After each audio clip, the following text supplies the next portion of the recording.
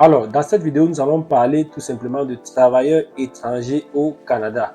Donc, si tu es dans ton pays, au Cameroun, au Togo, ou encore tout simplement en France ou en Belgique, et que tu es intéressé par le fait de vouloir aller travailler au Canada via un contrat de travail ou encore un permis de travail, je t'invite à regarder cette vidéo jusqu'à la fin, car je vais te présenter les deux programmes phares qui permettent aux recruteurs canadiens d'aller chercher la main-d'œuvre à l'étranger. Je dis bien les deux programmes phares parce que ce sont les deux programmes que la majeure partie des personnes qui se trouvent à l'étranger pour pouvoir accéder au marché du travail ont besoin de passer tout simplement par ces deux programmes.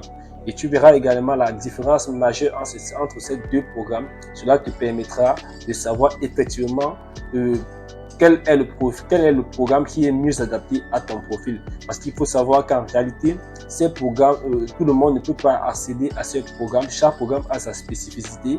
Donc, c'est pourquoi tu as besoin de bien comprendre ces programmes et de savoir effectivement quel est mieux adapté à ta situation. Donc, sans toutefois tarder, nous allons aller directement au vif du sujet. Nous allons te présenter ces deux programmes. Qu'est-ce qu'il s'agit? De quoi on parle? On parle simplement des deux programmes. Comme tu peux voir là, il y a le programme PTET. Donc, comme tu vois là, PTET, il y a également le programme PMI. Donc, voici les deux programmes phares qui peuvent te permettre, si tu es au Bénin, si tu es au Kenya, si tu es en Arabie Saoudite, si tu es en France, si tu es au Koweït, bref, n'importe où à l'extérieur du Canada et que tu souhaites immigrer tout simplement au Canada via le travail, bien sûr, tu as besoin donc de t'intéresser à ces deux programmes. Bien, nous allons essayer de détailler ces deux programmes afin de te permettre de mieux comprendre de quoi il s'agit et déjà de planter le décor et de savoir si tu te rapproches plus du programme PTET ou si tu te rapproches plus du programme PMI.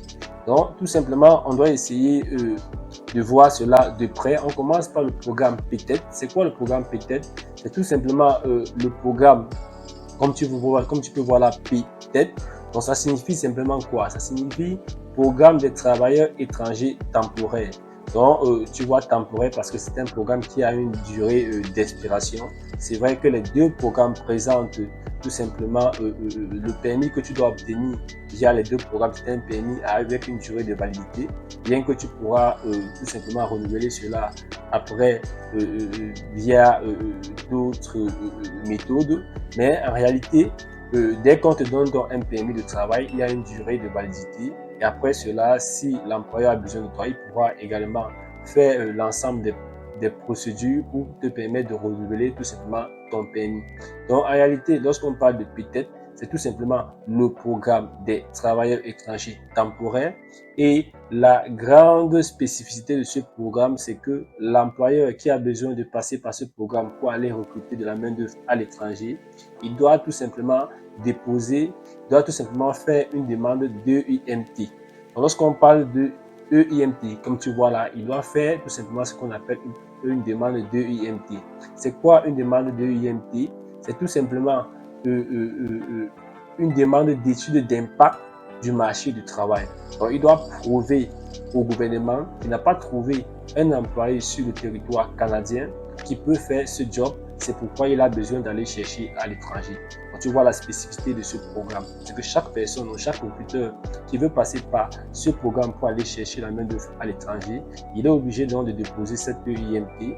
Et lorsqu'on dit déposer, ça veut dire qu'il y a un certain nombre de demandes qu'il doit remplir. Il doit déposer ça. Le gouvernement va faire des investigations pour confirmer que oui, il a raison. Il n'y a pas quelqu'un au niveau du gouvernement, au niveau du Canada qui peut faire ça.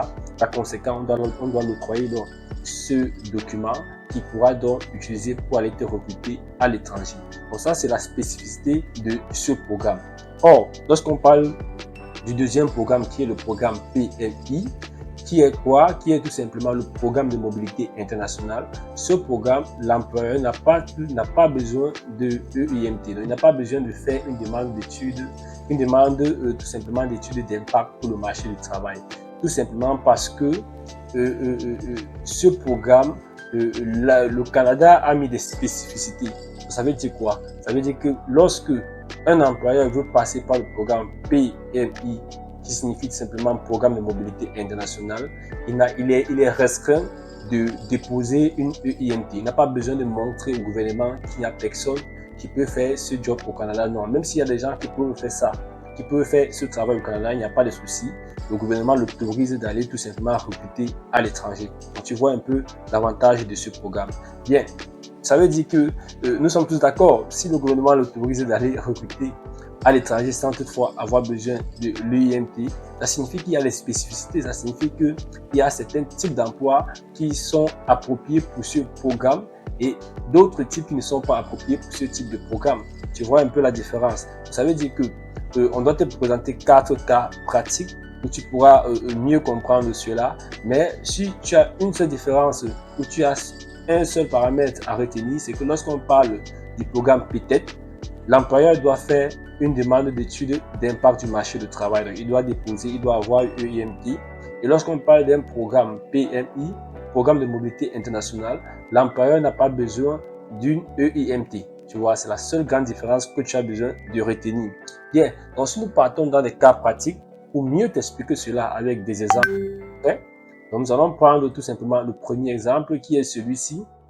Donc, tu es peut-être au Cameroun, tu es soudeur. Donc, tu vois, on a ici un soudeur. Et je vais effacer ça. Donc, ici, on a tout simplement un soudeur qui est au Cameroun. Et il a vu une offre d'emploi peut-être sur Guichet Emploi ou peut-être il y a une entreprise au niveau du Canada dans la province de Alberta qui veut recruter dans ce soudeur. L'entreprise aura besoin tout simplement, même si l'entreprise a plusieurs sites où il pourra poster l'offre, mais il aura besoin tout simplement de faire une demande d'étude du marché du travail. Donc, il doit déposer une EIMT, il aura besoin d'une EIMT pour pouvoir aller te recruter au Cameroun. Donc, même si tu es performant n'importe comment, même si l'entreprise est déjà en contact avec toi, l'entreprise aura besoin tout simplement de faire une EIMT. Tu vois? Donc ici, il faut qu'il confirme qu'il n'y a pas de Canadiens ou de résidents permanents au Canada qui peuvent faire ce job. C'est pourquoi il a besoin d'aller te recruter au Cameroun. Donc c'est ça qu'on appelle le programme PTET. Je pense que c'est très clair.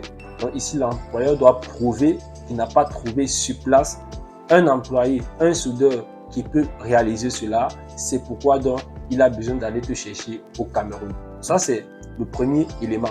Bien, si nous prenons le deuxième exemple ou le deuxième cas, c'est le cas où tu es un développeur vraiment senior. Ça veut dire que tu es un expert dans le développement web et que une entreprise peut-être à Ontario te sollicite, te fuit ton expertise. Ça veut dire qu'il va te payer très cher. Ça veut dire que tu fais partie de ce qu'on appelle des high wage. Tu sais qu'au Canada, il y a deux configurations de salaire. Il y a les low wage et les high wage. Ça veut dire que en termes même d'immigration, les low wage, ça veut dire les bas salaires, il y a des restrictions par rapport au high wage. Même si c'est un high wage, donc même si c'est un truc senior, le salaire avancé, l'employeur qui est à Ontario est obligé de faire encore toujours une demande de EIMT pour aller te recruter, malgré que le salaire est élevé. Je ne sais pas si tu comprends un peu la spécification. Donc, malgré que le salaire est élevé en tant que développeur senior, l'employeur a besoin de tout simplement confirmer au gouvernement qu'il n'a pas trouvé un Canadien ou tout simplement un résident permanent qui est capable de faire ce travail. Par conséquent, il pourra donc avoir l'EIMT pour aller te recruter au Togo, par exemple, ou en France, n'importe où que tu trouves à l'extérieur du Canada. Je pense que tu comprends bien la nuance. Donc, malgré ce cas de figure, tu es obligé de passer tout simplement par le programme PTET. Bien, nous passons donc au troisième, par exemple, cas de figure. Ici, là, donc, maintenant, nous sommes dans un cas que tu es au Bénin. Comme tu vois là, il est au Bénin. Et il est francophone, bien sûr, parce qu'au Bénin, c'est le français. Et il a vu donc un travail du côté du Nouveau-Brunswick. Donc, tu as vu un emploi du côté du Nouveau-Brunswick, qui est une province non francophone. Ça veut dire que c'est une province hors du Québec. Là, donc, l'employeur peut te recruter. Il peut passer tout simplement par le programme de mobilité internationale et il pourra donc tout simplement être restreint de l'EIMT. Donc, il pourra tout simplement avoir l'exception de ne pas te recruter, ne pas faire une demande tout simplement d'étude d'impact du marché du travail parce que là, il y a le programme de mobilité francophone qui demande que si on veut recruter un employé dans une province qui n'est pas la province du Québec, là dont l'employeur peut tout simplement passer par le programme de mobilité francophone. Et de ce fait, il n'a pas besoin de tout simplement faire une demande d'étude d'impact. Donc là, tu vois, ici, on est dans le programme PMI. Tu vois la différence, tu vois la nuance. Donc ici, là, donc, compte tenu que tu es francophone, compte tenu que l'employeur a besoin d'un francophone ou d'un bilingue, et l'emploi ne se trouve pas au Québec, il peut donc passer par le programme PMI pour te recruter. Tu vois, il n'a pas besoin de passer par le programme peut-être, mais il doit passer par le programme PMI pour te recruter. Donc, je pense que tu as bien compris cette configuration ou ce cas de figure.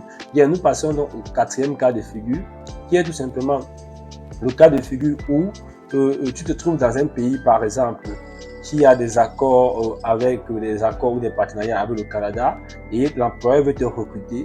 Par conséquent, l'employeur n'a pas besoin de faire une étude d'impact du marché de travail, de faire une demande d'étude d'impact du marché de travail. Il peut simplement passer par le programme PMI. Ça veut dire qu'il part au niveau du portail des employeurs, il mentionne, il essaie de remplir le formulaire pour déposer l'offre, il paye les frais de conformité et tu pourras tout simplement, il dépose également les informations concernant l'employé et tu pourras tout simplement passer par là-bas pour rejoindre l'employeur du côté du Canada.